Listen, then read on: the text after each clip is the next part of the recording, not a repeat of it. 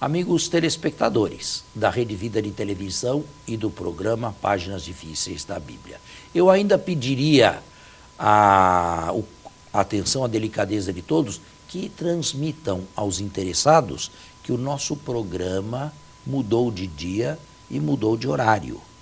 Como sabem, agora estamos no horário nobre, não é mais sexta-feira, 8 horas, quando muito poucas pessoas estavam disponíveis a assistir esse programa. Agora a família que se reúne aos domingos pode perfeitamente tomar parte nisso, mas é preciso que saibam. Eu tenho recebido cartas, tenho recebido telefonemas de pessoas aflitas que pensam que o programa saiu do ar. Não, ele não saiu do ar. Ele teve o dia alterado e para melhor. Bem, nós estávamos lendo o início da Paixão e vamos continuar a lê-lo. Então, padre, só completando então, passou a ser domingo, o dia do programa. Domingo às 13h30, 1h30 da tarde. 3.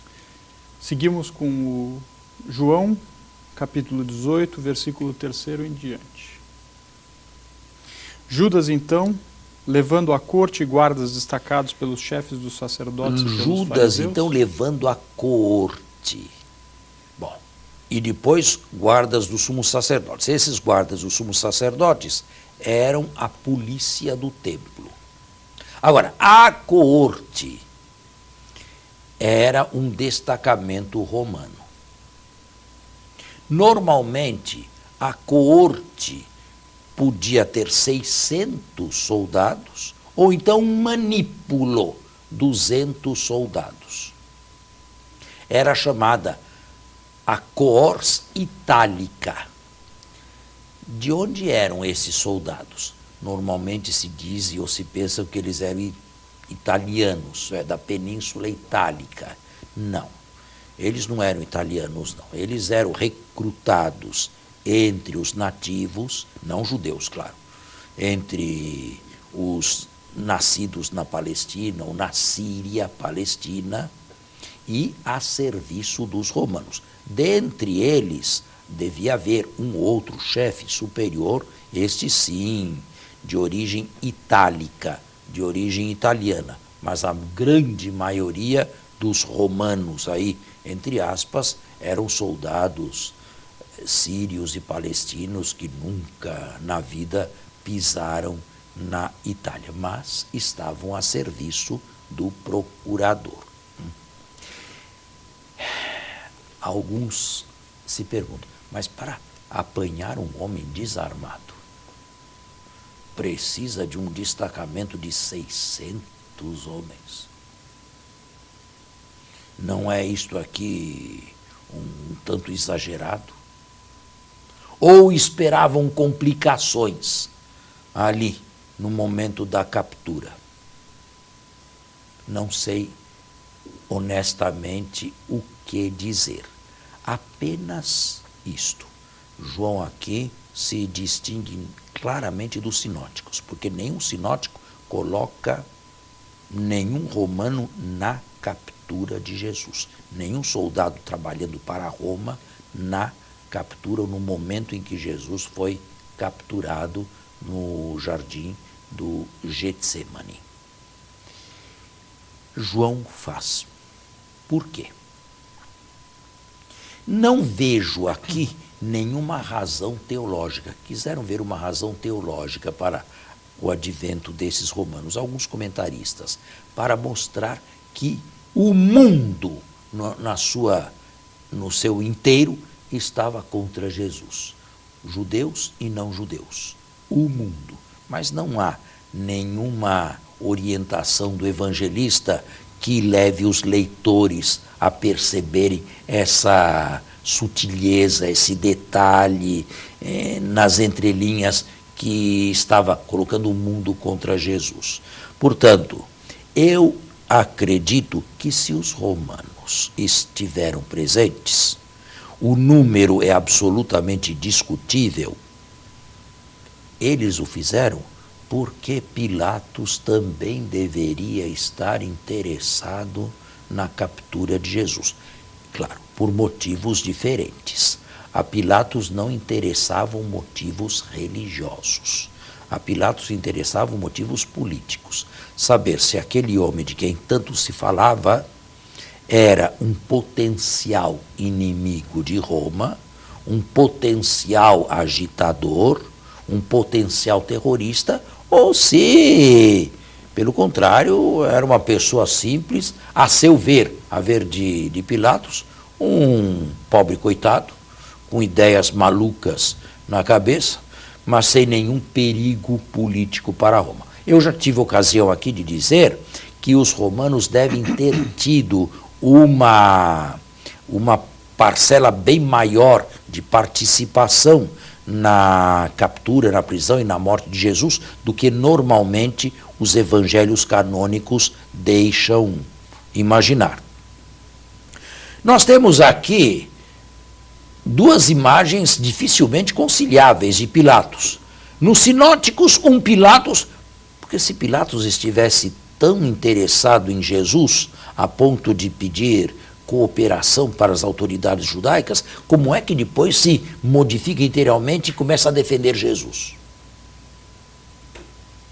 Os sinóticos mostram Pilatos que defende Jesus, ou tenta pelo menos defendê-lo, e este aqui mostra um Pilatos talvez mais interessado em saber quem é Jesus e o que Jesus podia representar para o Império Romano e para a província. São duas imagens opostas, um Pilatos a favor de Jesus, sinóticos, ou um Pilatos potencialmente contra Jesus. Eu acredito que este evangelista aqui tenha queridamente ficado na ambiguidade. Eu acredito pessoalmente que Pilatos estivesse curioso, tivesse alguma curiosidade em saber quem era Jesus. Não vejo nenhuma improbabilidade no fato de Pilatos pedir algum auxílio às autoridades judaicas para averiguar, para indagar, para perguntar, para questionar, e não vejo também nenhuma possibilidade que essas impossibilidade que essas autoridades religiosas lhe tenham pedido algum auxílio ali, alguns poucos romanos ali no momento da captura, porque não sabiam o que podia acontecer. Mas, de qualquer forma, numa análise bem rápida e rasa, mas de forma análoga, já se percebeu o excesso militar desde lá, né?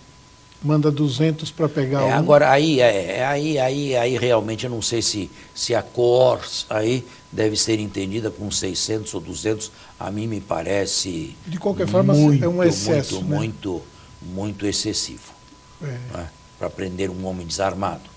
Se Jesus tivesse dado mostras de revoltoso, de rebelde, de agitador, aí talvez sim, e até mais. Mas não era o caso de Jesus. Nunca foi, em hipótese alguma, né? Houve pessoas da época de Jesus, antes e depois, que fizeram isto, que levaram os romanos a agir e a terminar tudo num banho de sangue. Se bem que teve algum até que chamava Jesus mesmo, né? Teve algum outro Jesus, né? Barrabás, é. Agora, padre, há uma coerência intrínseca aqui, não é? Imaginando que seja verdade o que o senhor propôs, e que Pilatos tinha mais curiosidade do que propriamente alguma oposição a Jesus, se ele tinha curiosidade, provavelmente porque não conhecia bem. E ao não conhecer bem... Mas não há uma curiosidade em saber quem é Jesus, o que ele faz, uma curiosidade em saber o que ele poderia representar para Roma. Sim, e nesse sentido exatamente, faz sentido mandar muita gente. Porque se eu não sei o que espero, eu serei cauteloso. Mas eles naturalmente imaginavam, acredito eu, que o movimento não tinha assim seguidores tão numerosos, né? E depois foi isso na calada da noite. E eram seguidores pacíficos. Isso era... De qualquer maneira, todos sabiam. Uma nota do quarto evangelista, a presença dos romanos já no momento da prisão de Jesus, e não apenas quando Jesus é levado perante o prefeito. Esta é uma nota do quarto evangelista. histórica ou não, é uma nota dele. Seguindo com a leitura, então, aí chega, se referindo a Judas com os soldados, com lanternas, archotes e armas. Alguns quiseram ver aí na expressão lanternas, archotes, o fato de ter abandonado a luz no cenáculo e se mergulhado na escuridão. Agora ele precisa de lanterna. A luz do mundo não está mais com ele. Mas isto aqui é um misticismo também, que acredito que não estivesse na mente do autor deste evangelho. Sabendo Jesus tudo o que lhe aconteceria, adiantou-se e lhes disse. Agora, interessante, Judas aqui termina a sua função. O quarto evangelista não permite que ele se aproxime de Jesus.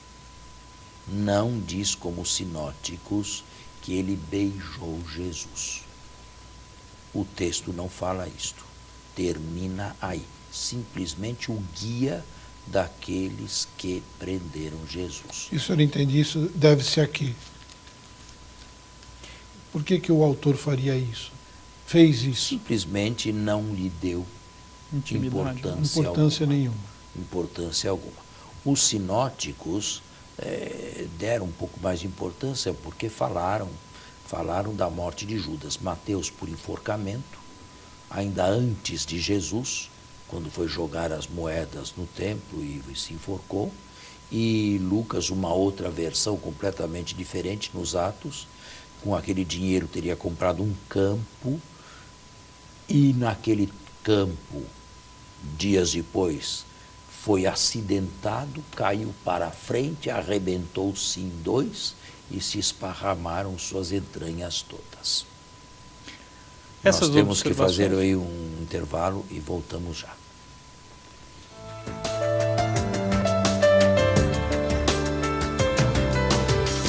Volta.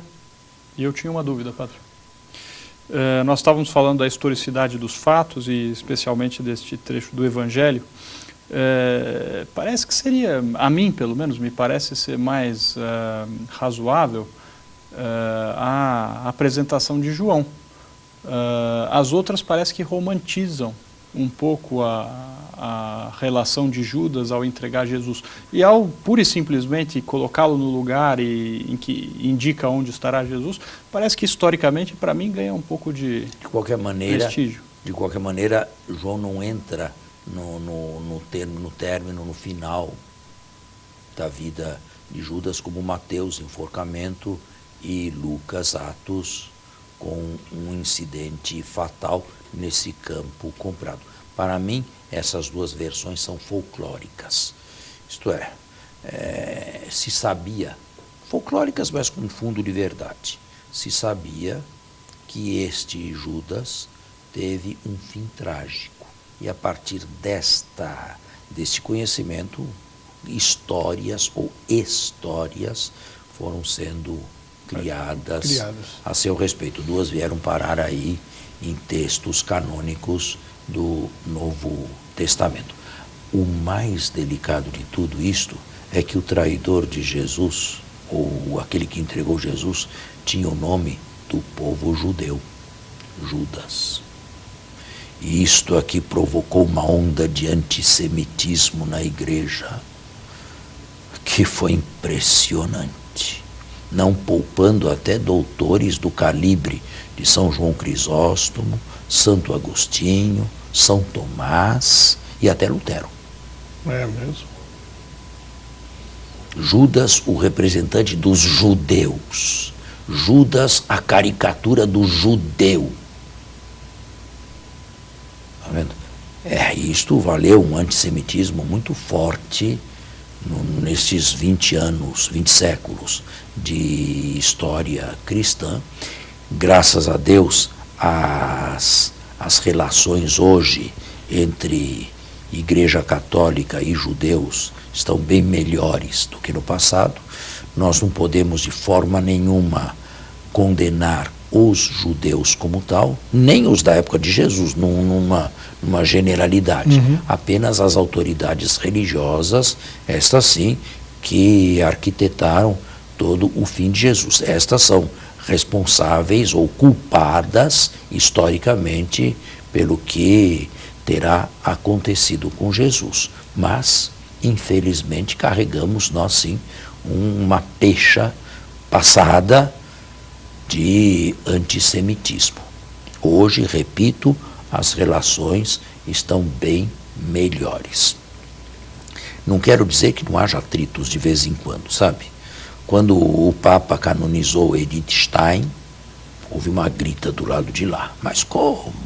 Ela foi assassinada como judia, não como cristã. Escuta, é uma monja carmelita. O Papa tem que pedir licença aos grãos rabinos lá de Israel para canonizar uma monja carmelita. Aí também. Na opinião dele, sim, né? Não tem cabimento. Na opinião dele, alguns, sim. Talvez. Não tem cabimento. Houve, bem recente, coitadas, as carmelitas foram fundar um mosteiro dentro do campo de concentração de Auschwitz, que é ao lado de Cracóvia, na Polônia, né? Fundaram um mosteiro para rezar pela paz do mundo e em reparação aos crimes, aos sacrilégios, aos assassinatos que lá foram cometidos. Nossa Senhora, foi uma grita no judaísmo, foi uma grita que elas não tinham nada que fazer lá, que aquilo lá é um local de holocausto judaico e apenas judaico. Não foram só judeus que morreram em Auschwitz, não, certamente não. De jeito nenhum, mas foram muitos. Né? E só terminou quando uma delegação de João Paulo II, encabeçada por um cardeal judeu, mas o arcebispo de Paris, de então, o cardeal Lustiger, foi lá e tirou as freiras de dentro de Auschwitz. Elas estão sim, mas não mais dentro do campo de concentração, fizeram um mosteiro ali do lado. Ali elas podem rezar tranquilamente, não foram mais molestadas. Mas bem que, sabe, esse relacionamento às vezes cria problemas de lado a lado, né? Aperta um pouco, se atrita. Ailton, quer prosseguir com a leitura? Não, por favor, fique à vontade. Então, seguindo.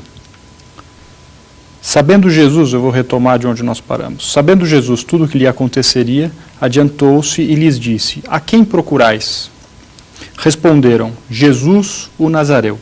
O Nazareu. São três as maneiras de se apelar: Nazoraios, Nazarenos ou Aponazaret. O evangelista pode ter jogado com as três, sendo que a primeira, Nazoraio, significa mais consagrado a Deus. E pode ter jogado com a ambiguidade do termo. Era de Nazaré e ao mesmo tempo consagrado a Deus por assonância de palavras semelhantes. Sim. Certo? Mas a resposta que Jesus dá, evidentemente, nos leva a sair do campo da história e entrar na teologia de João. Qual foi a resposta que Jesus deu? Disse-lhes: sou eu. Sou eu, ego eimi, o famoso nome de Deus. A tradução grega do 70 do nome de Deus revelado a Moisés na sarça ardente. Sou eu sou. Este é o nome de Deus. E Jesus pronuncia o nome de Deus. E diante desta pronúncia, aqui é claro que nós estamos em teologia, não em história, diante desta pronúncia.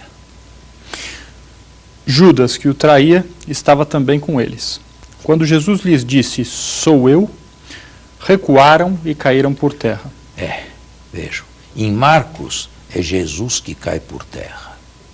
É Jesus aflito que pede que o cálice lhe seja tirado. Aqui em João são os que vieram prendê-lo que caem por terra. É bem a teologia do quarto evangelista. Ninguém tira a minha vida. Eu a dou e eu a retomo. Aí está. Mas é claro que aqui João sacrifica um pouco a história em prol da teologia. E é claro que teologicamente é certo isto. Padre, então aqui eu vou me permitir, se o senhor me permitir, uma parte. Seria possível, na comparação dos evangelhos, atribuir um grau de historicidade maior a um que a outros? Claro, os sinóticos estão bem mais históricos do que este aqui. Se bem que, em questão de detalhes, às vezes este aqui é mais pormenorizado do que os sinóticos. Há uma certa... Mas esse aqui é mais místico, é mais... Espiritual. Teológico. Obrigado, Padre. Quando Jesus lhes disse, sou eu, recuaram e caíram por terra. Perguntou-lhes então novamente, a quem procurais? Disseram, Jesus, o Nazareu. Jesus respondeu, eu vos disse que sou eu. Se então é a mim que procurais, deixai que estes se retirem, a fim de se realizar a palavra que diz, não perdi nenhum dos que me deste. A não ser o filho da perdição, Judas. Perdão. Continue. Então Simão Pedro, que trazia uma espada, tirou-a, feriu o servo do sumo sacerdote, a quem decepou a orelha direita. Este é um problema mais delicado. Os 12 e Simão Pedro, no momento em que Jesus, na última ceia, instituiu a Eucaristia, estavam todos armados? Pois é. O que Pedro estava fazendo com aquela espada? É interessante que em Marcos é um dos que estavam ali. Esse um dos que estavam ali, nos outros sinóticos, se transformam num dos discípulos de Jesus. E a tradição foi caminhando até chegar neste evangelho aqui e dar o nome a esse discípulo de Jesus de Simão Pedro. Agora, veja, um anônimo, um dos 12, Simão Pedro. O que significa isso? Isso significa caminho da tradição. Isso significa que a tendência da tradição foi dar nomes a pessoas anônimas, sobretudo a pessoas anônimas. Isto significa que se houvesse um candidato a realizar ou perpetrar um ato desse, dos 12 conviria mais Simão Pedro. Simão Pedro, com o seu rompante, seria o candidato mais apropriado a este gesto aqui. Mas vejo que aqui a tradição foi caminhando enormemente. Nós temos que parar, encerrar o programa e voltar a semana que vem. Muito obrigado. Um bom domingo a todos, até a próxima semana e uma boa semana também. Uma boa tarde a todos e até o nosso próximo programa.